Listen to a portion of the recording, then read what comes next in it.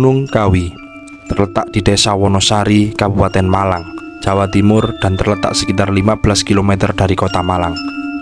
Ketinggian gunung ini mencapai 2.551 meter di atas permukaan laut dan sering dikunjungi oleh orang-orang malas bekerja namun ingin cepat kaya. Gunung Kawi yang berada di daerah Malang, Jawa Timur selalu menjadi perbincangan dan erat hubungannya berada dengan kegiatan spiritual atau mistis. Pasalnya di Gunung Kawi sendiri kerap dijadikan sebagai tempat pemujaan, kegiatan spiritual, pesugihan, atau tempat ritual untuk mendapatkan kekayaan. Bagaimana fakta menyeramkan yang berada di Gunung Kawi? Berikut fakta-fakta mistis tentang Gunung Kawi. 1. Pohon Dawandaru. Di Gunung Kawi ada sebuah pohon yang ditanam oleh Eyang Sujogo. Pohon itu juga disebut-sebut sebagai tongkat milik Eyang Sujogo tersebut. Terletak di area pemakaman, pohon Dawandaru ini disebut juga sebagai Sianto atau pohon dewa oleh orang Tionghoa. Para peziarah sering menunggu dahan, buah, atau daunnya yang jatuh. Katanya bila buah atau daunnya disimpan dapat menambah kekayaan untuk orang tersebut. Namun seperti namanya, dibutuhkan kesabaran hingga berbulan-bulan untuk menunggu beberapa bagian dari pohon itu jatuh.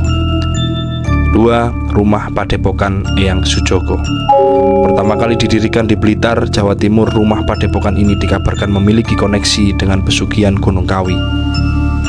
Rumah Padepokan ini diberikan kepada pengikut terdekat Eyang Sujogo yang bernama Gimaridun.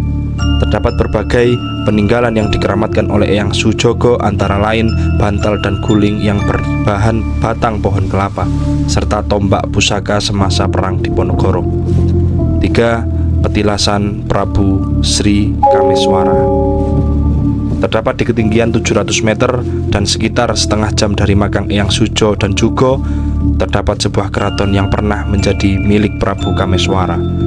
Dia merupakan pangeran dari kerajaan Kediri yang beragama Hindu. Dulu dikabarkan bahwa setelah sang Prabu selesai bertapa di tempat itu, beliau berhasil menyelesaikan politik di kerajaannya. Kini petilasan tersebut telah digunakan sebagai tempat pemujaan dan praktek pesugihan. 4. Jumat Legi dan 12 Suro. Banyak sekali aktivitas ritual yang dilakukan saat Jumat Legi, karena hal itu dikenal sebagai hari pemakaman Eyang Sujo atau Kiai Zakaria II.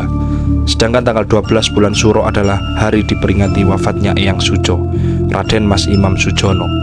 Menurut cerita, ketika melakukan ritual di dalam bangunan makam, tidak diperbolehkan adanya batasan yang negatif dan disarankan sebelum memulai membersihkan badan dan mandi keramas terlebih dahulu. 5. Penuhi tumbal pesugihan. Ritual pesugihan Gunung Kawi disebut-sebut dilakukan dengan cara sederhana. Para peziarah diwajibkan untuk melakukan tapa berata selama 3 hari di bawah pohon keramat.